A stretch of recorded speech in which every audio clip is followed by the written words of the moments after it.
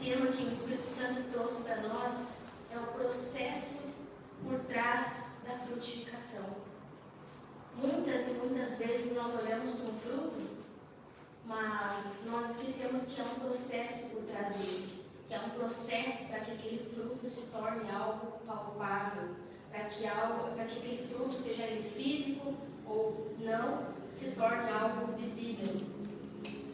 E a frutificação, de modo natural, é algo que acontece na botânica, por exemplo, é o resultado de um processo biológico da planta.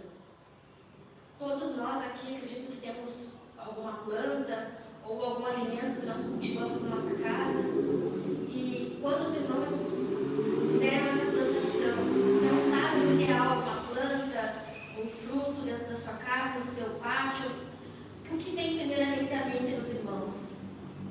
Escolher a semente. Qual é a semente que vai ser plantada? Então, os irmãos vão até um local e compram uma semente.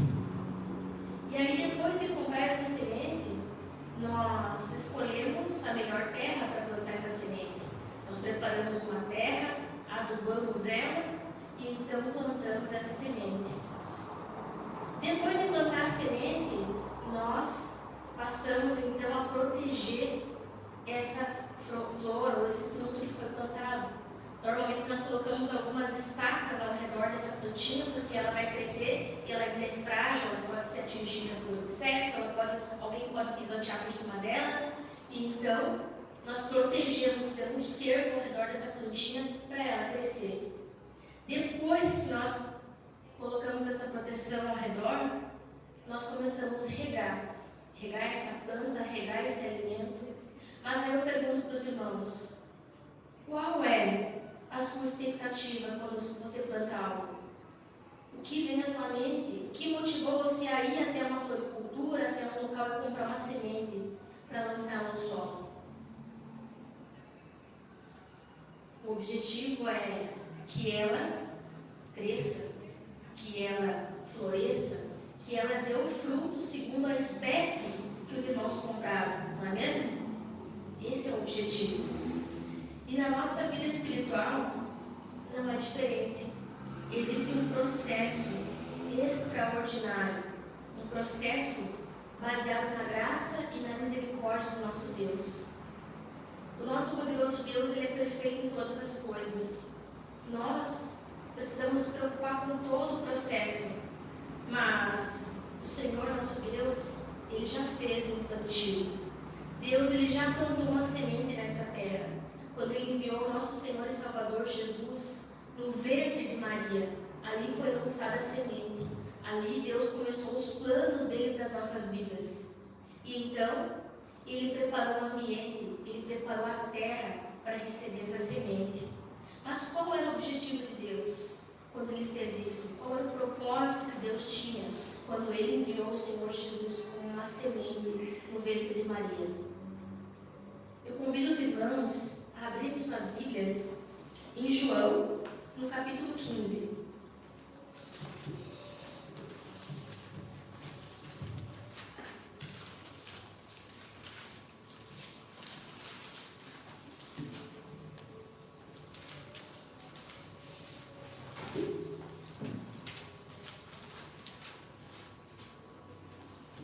João capítulo 15, versículo 1, o próprio Senhor Jesus, ele nos explica esse processo.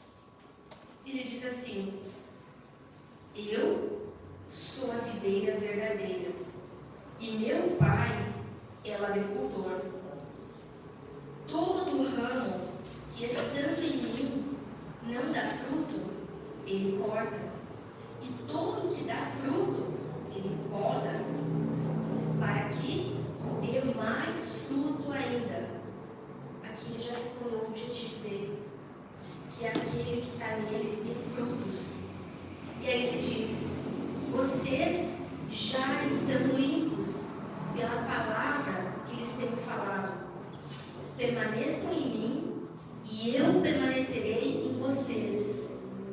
Nenhum ramo pode dar fruto por si mesmo, se não permanecer na videira. vocês também não podem dar frutos se não permanecerem em mim. Eu sou a videira, vocês são os ramos. Se alguém permanecer em mim e eu nele, este dará muito fruto, pois sem mim vocês não podem fazer coisa alguma. Se alguém não permanecer em mim, será como um ramo que é jogado fora e seca. Tais ramos são apanhados, lançados ao fogo e queimados. Se vocês permanecerem em mim e as minhas palavras permanecerem em vocês, pedirão o que quiserem e lhes será concedido. Meu Pai é glorificado pelo fato de vocês darem muito fruto, e assim serão os meus discípulos. Amém. Glória a Deus. Essa é a palavra do Senhor Jesus. Ele diz que Ele é a videira, que Deus Pai é o agricultor, aquele que poda, aquele que prepara, aquele que dá o suporte, aquele que dá a estrutura para que nós tenhamos nutrientes, que nos fortaleçamos e que possamos crescer saudáveis na nossa fé, na presença de Deus. Mas, aonde está aqui o extraordinário? Aonde está aqui a graça? Aonde está aqui a misericórdia de Deus? A graça, a misericórdia, o extraordinário, ele já está na vida, no fôlego que nós temos. Nós somos o extraordinário do Senhor. Nós vivemos a graça e resplandecemos a graça do nosso Deus. E Paulo, ele fala algo ainda mais detalhado para nós, para complementar essa passagem do Senhor Jesus. E ele nos explica o que é o extraordinário que nós vivemos, o que é a graça que nós vivemos, aonde está essa misericórdia do Senhor. Paulo, ele mostra para nós, irmãos, que nós fomos enxertados no Senhor Jesus. E se nós olharmos para a vida do cotidiano, por exemplo, na própria botânica, quando nós olhamos para uma árvore que ela é enxertada, botanicamente, o que acontece? É escolhido uma boa raiz, a melhor raiz que tiver, com a melhor copa que tiver. É o melhor com o melhor para que dê um fruto ainda maior, ainda mais saudável, ainda mais edificante, que aquela árvore seja ainda mais carregada de frutos. Mas o nosso Deus, ele estende misericórdia, por quê? Porque nós não somos a melhor copa. Nós somos os imperfeitos, nós somos carne, nós somos pecadores. Então ele escolheu os improváveis, aqueles que não são o melhor, não têm as melhores habilidades, não têm as melhores coisas, mas permanecem se esforçando em Cristo Jesus. E então ele demonstra a sua graça quando ele nos convida a ser enxertado nele. E nós podemos viver o extraordinário. Eu convido os irmãos a abrirem sua Bíblia em Romanos, no capítulo 11.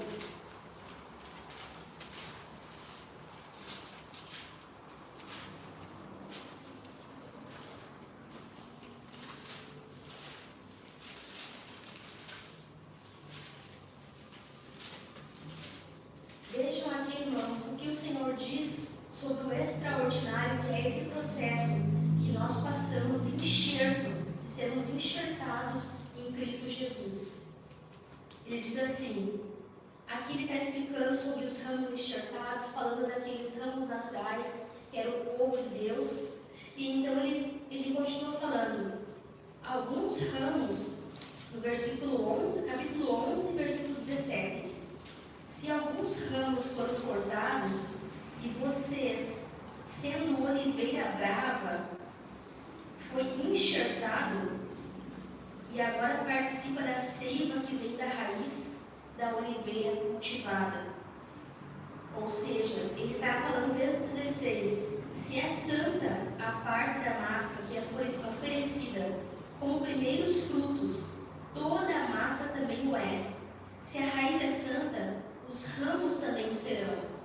Se alguns ramos foram cortados, e vocês, sendo oliveira brava, foi enxertado entre os outros, e agora participa da seiva que vem da raiz da oliveira cultivada. não se glorie contra estes ramos. Essa é a graça, irmãos. Esse é o extraordinário de Deus. A maneira com que nós fomos enxertados. Se nós olharmos como que esse enxerto ele é feito, normalmente quando um ramo é enxertado numa planta, é cortado uma parte da planta, e então aquele enxerto também é cortado, e junta-se e passa-se uma atadura naquele enxerto, até que aquele enxerto pegue. E então ele comece a puxar da raiz os nutrientes para que ele cresça e se desenvolva. Então nosso Deus ele é perfeito quando ele nos mostra que por nós mesmos nós não poderíamos dar frutos. Porque aqui Paulo nos mostra que Paulo faz a comparação entre a oliveira brava e a oliveira cultivada. A cultivada é aquela que naturalmente dá os seus frutos. A brava é aquela que ela dá, mas são frutos imperfeitos, são poucas quantidades, não são frutos como a oliveira cultivada, que dela sai o óleo puro. Então isso tudo demonstra, irmãos, para nós, que nós vivemos pela graça, que nós vivemos pela misericórdia, que nós precisamos de Cristo para que nós possamos crescer, para que nós possamos fluir no amor, para que nós possamos amadurecer, para que nós possamos ter as nossas folhas bem verdes, assim como uma planta como essa está bem verde, porque ela está num solo bom, porque ela está plantada com as suas raízes numa terra que está sendo edificada, que está fortalecendo ela. E aqui, irmãos, o apóstolo Paulo ele fala algo muito interessante. Ele diz que nós fomos enxertados e que agora nós participamos da seiva que vem da raiz cultivada. Mas o que é essa seiva que nós participamos agora em Cristo Jesus? O que é essa seiva que a planta, quando é enxertada numa árvore, ela passa por esse processo? Essa seiva, irmãos, ele é um líquido que circula dentro da planta. E então, por meio desse líquido, é que ela ativa, que ela fortalece, que ela carrega nutrientes por toda a planta, para que ela cresça e dê os frutos. A nossa seiva como cristão, ela é o sangue do Senhor Jesus. Ela é a aliança que nós fizemos com o Senhor Jesus. Ele também precisou ser cortado, ele também precisou ser sacrificado para que nós pudéssemos ser enxertados nele. A nossa parte como cristão, como filhos de Deus, é romper com aquilo que nos impede de absorver os nutrientes dos céus, romper com aquilo que nos impede de deixar que essa seiva flua dentro de nós e que ela nos transforme em uma oliveira cultivada, como esse é o plano do Senhor. E nessa seiva, existem dois tipos de seiva que a planta passa, que nós cristãos também passamos. Chama-se seiva bruta, que é o processo desse líquido sair da raiz e levar os nutrientes para as folhas da planta, e a seiva elaborada, que ela é produzida pela folha através da raiz, ou seja, os nossos frutos. Nós temos participação com o Senhor Jesus, nós fizemos uma aliança com o Senhor Jesus. Recentemente nós tivemos a Santa Ceia, onde nós fizemos parte do corpo e do sangue de Cristo. Ele está correndo nas nossas veias. Essa é a seiva bruta. Mas a partir do momento que o sangue do Senhor Jesus ele corre nas nossas veias, nós precisamos passar pelo processo da seiva elaborada, ou seja, nós precisamos produzir frutos a partir da raiz que é Jesus. Nós precisamos deixar que esse sangue transforme a nossa carne pecaminosa e que nós possamos passar a viver no Espírito e praticar as obras do Espírito, assim como o Senhor. Ele nos ensina, Ele nos orienta, Ele nos dá todo o suporte, todas as provisões para que esse processo aconteça da melhor forma possível. Na agricultura, na botânica, alguém tem que estar cuidando para que esse processo dê certo e depende-se de uma boa copa. No nosso caso, a raiz é perfeita, o plano de Deus é perfeito, o sacrifício do Senhor Jesus foi perfeito. O único que pode fazer com que esse ramo enxertado não pegue, ou não dê frutos, ou não se desenvolva, somos nós mesmos. Se nós ficarmos arregados no passado, se nós ficarmos olhando para aonde nós estávamos enxertados anteriormente, ficarmos saudosistas daquilo aquilo que nós passávamos como uma oliveira brava. Se ela ficar pensando nas raízes que ela tinha, aonde ela vivia, como ela fazia, ela não vai conseguir ser enxertada e dar os frutos. Ela não vai conseguir fazer com que esse processo lhe dê certo. E então, por meio dessa seiva, o Senhor Jesus nos mostra que nós podemos dar muitos frutos. E Ele continua explicando sobre isso no mesmo capítulo de João, no capítulo 15, a partir do versículo 9, irmãos. João 15, 9, o Senhor Jesus, Ele continua explicando esse processo de transformação. O Senhor Jesus usa a videira, o apóstolo Paulo usou a parte dos ramos enxertados, mas todas essas metáforas, essas explicações têm o mesmo propósito, para que todos nós entendamos aonde nós estamos alicerçados, aonde as nossas raízes estão, o que o Senhor Jesus fez, quais foram as provisões que Ele fez para que nós estivéssemos aqui. João 15, versículo 9, diz assim: como o Pai me amou, assim eu os amei. Permaneçam no meu amor. Se vocês obedecerem aos meus mandamentos, permanecerão no meu amor, assim como tenho obedecido aos mandamentos do meu Pai. E em seu amor eu permaneço. Tenho-lhes dito essas palavras para que a minha alegria esteja em vocês e a alegria de vocês seja completa. O meu mandamento é este: amem-se uns aos outros como eu os amei. Ninguém tem maior amor do que aquele que dá a sua vida pelos seus amigos.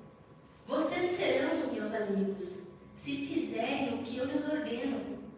Já não os chamo servos, porque o servo não sabe o que o seu Senhor faz. Em vez disso, eu os tenho chamado amigos, porque tudo o que ouvi do meu Pai, eu lhes tornei conhecido. Vocês não me escolheram, mas eu os escolhi, para irem e darem frutos, frutos que permaneçam, a fim de que o Pai lhes conceda o que pedirem em meu nome. Este é o meu mandamento: amem-se uns aos outros.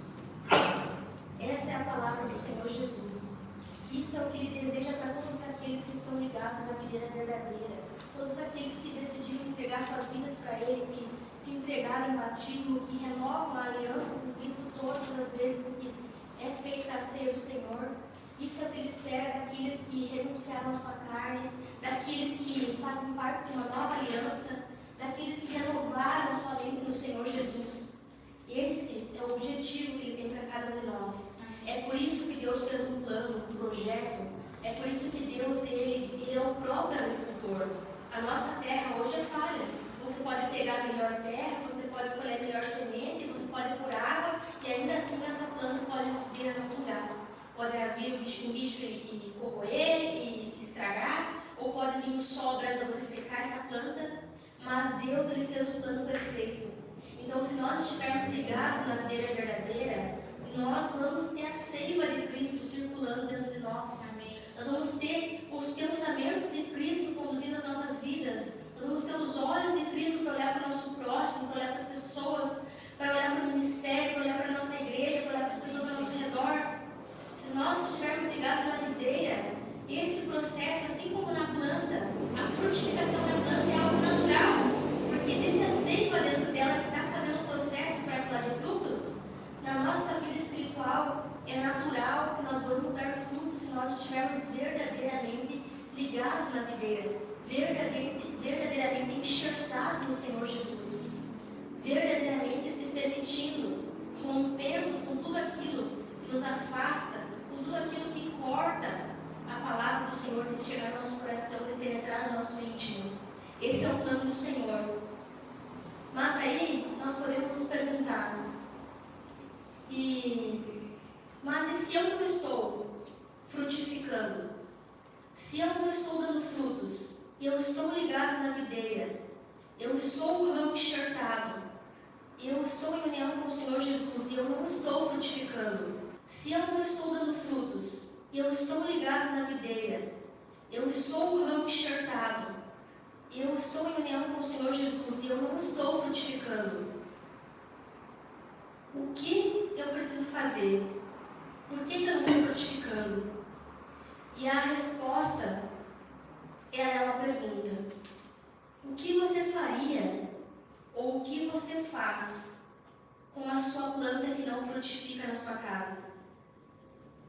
Quais são as medidas práticas que você faz? Hoje aconteceu algo bem interessante, que até eu dei risada, mas não falei para a irmã Grazi. Eu comprei um leite para fazer um bolo e ela queria usar o meu leite para pôr na planta dela, porque ela viu que o leite podia fortalecer a planta que está morrendo.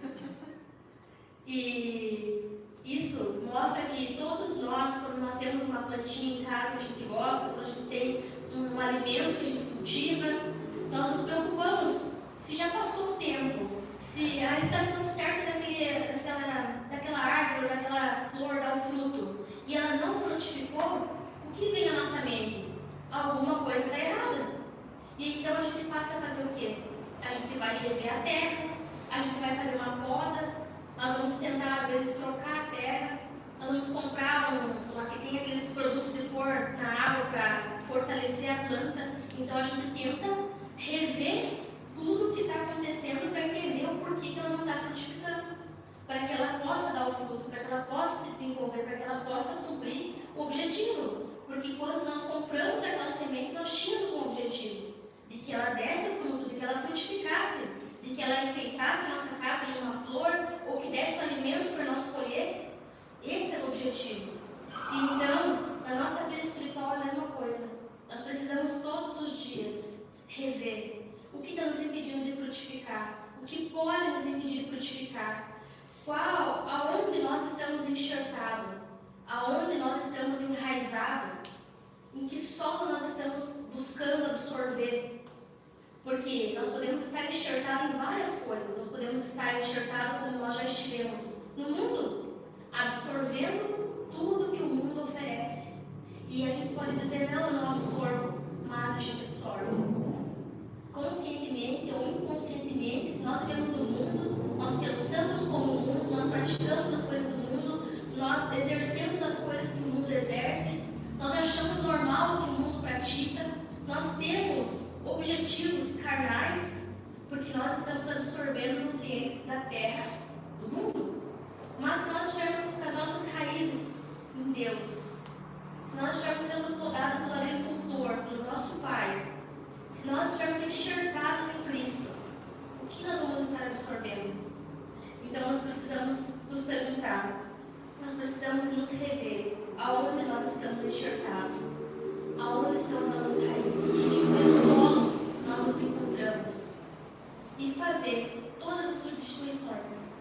Assim como o Senhor Jesus precisou fazer um sacrifício por amor a nós, nós precisamos fazer o nosso sacrifício de renunciar a nossa carne, de renunciar àquilo que nos impede de frutificar. Muitas vezes, existem muitas coisas que é necessário podar, que é necessário fazer uma limpeza. É uma terra que está contaminada, que precisa ser substituída, essa terra, por uma terra que seja santa, uma terra que condiza com os frutos e o projeto do Senhor nosso Deus. Então, se nós estivermos em Cristo, se nós estivermos plantados em Cristo, se a nossa raiz estiver em Cristo, nós vamos puxar essa seiva. E essa seiva, ela vai circular em nós. E ela vai automaticamente, naturalmente, nos motivar, nos impulsionar a dar o fruto. E esse fruto, irmãos, ele não é algo imediato. Assim como uma árvore, quando ela frutifica, primeiro esse fruto é verde, depois ele vai amadurecendo aos poucos, ele vai passando um processo. E é esses processos que nós cristãos jamais devemos negligenciar, ignorar ou desejar não passar, porque é o processo que nos faz ver o propósito, é o processo que nos impulsiona, é o processo que nos prepara, é o processo que nos dá estrutura para suportar aquilo que Deus tem para nós.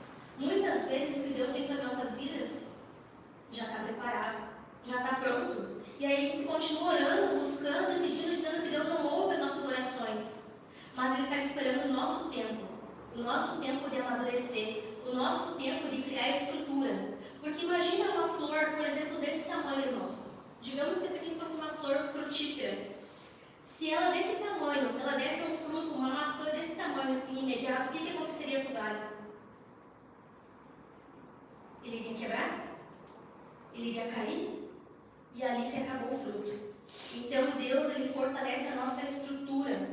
Ele nos faz forte. Ele nos forja nas nossas imperfeições, naquilo que nós precisamos de renúncia, de mudança, de transformação, de amadurecimento, para que nós possamos suportar o fruto. E para esse fruto poder dar outros frutos. Então é um processo que nós precisamos passar como cristão. Nós não podemos perder esse processo. Nós não podemos achar que o processo não importa. O processo é importante, o processo é fundamental para que nós possamos crescer saudável, para que nós não venhamos na metade do caminho perder as nossas raízes, perder as nossas folhas e nos despedaçar pelo caminho. Isso não é o que Deus espera para cada um de nós. Então é necessário, irmãos, nós termos consciência de que Deus, Ele fez um plano perfeito, de que nós estamos enxertados em Cristo por misericórdia e graça, porque de forma, o apóstolo Paulo mesmo fala ali na carta de Romanos, que é algo sobrenatural esse enxerto, porque de forma natural não tem lógica pegar o imperfeito e enxertar no perfeito. Vai contaminar, vai estragar a raiz da flor, da planta.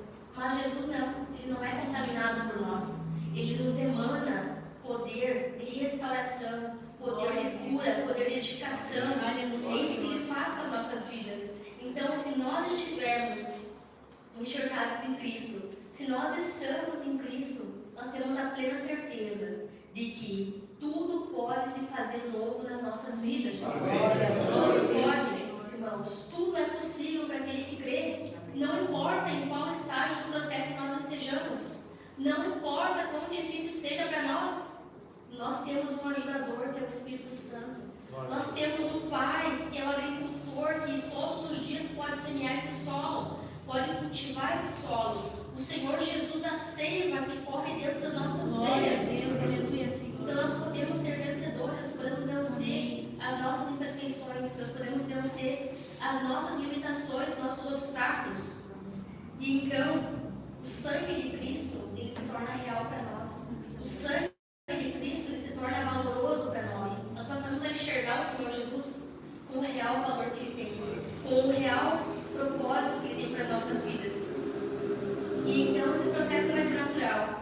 Eu convido os irmãos a abrirem suas Bíblias em Colossenses, no capítulo 2, irmãos.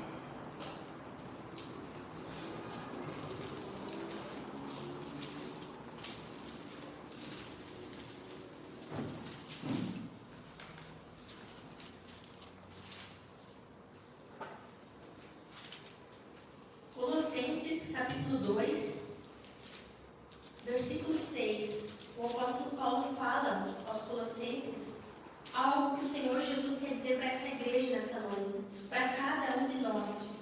Algo que o Senhor Jesus quer que nós deixemos alicerçado no nosso coração e que nós não venhamos a jamais se esquecer disso todos os dias das nossas vidas.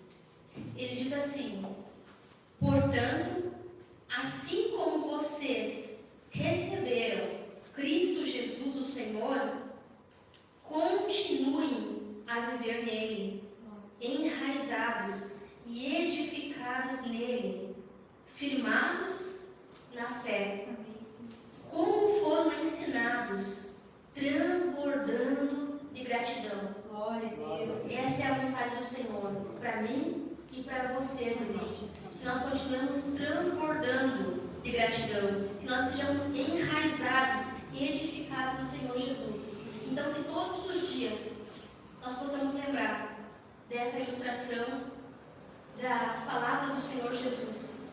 E todos os dias possamos rever, analisar, procurar melhorar, procurar se esforçar, para que nós continuemos enraizados em Cristo, edificados nele, firmados na nossa fé, como nós fomos ensinados, como o Espírito Santo tem nos ensinado, como ele tem se demonstrado para nós, feito presente nas nossas vidas. E se nós fizermos isso, irmãos, nós vamos ter certeza de que não são os nossos frutos nem os nossos ramos que vão suportar essa árvore, mas a raiz, que é Cristo, que vai dar o crescimento, que vai dar a estrutura e que vai nos fazer frutificar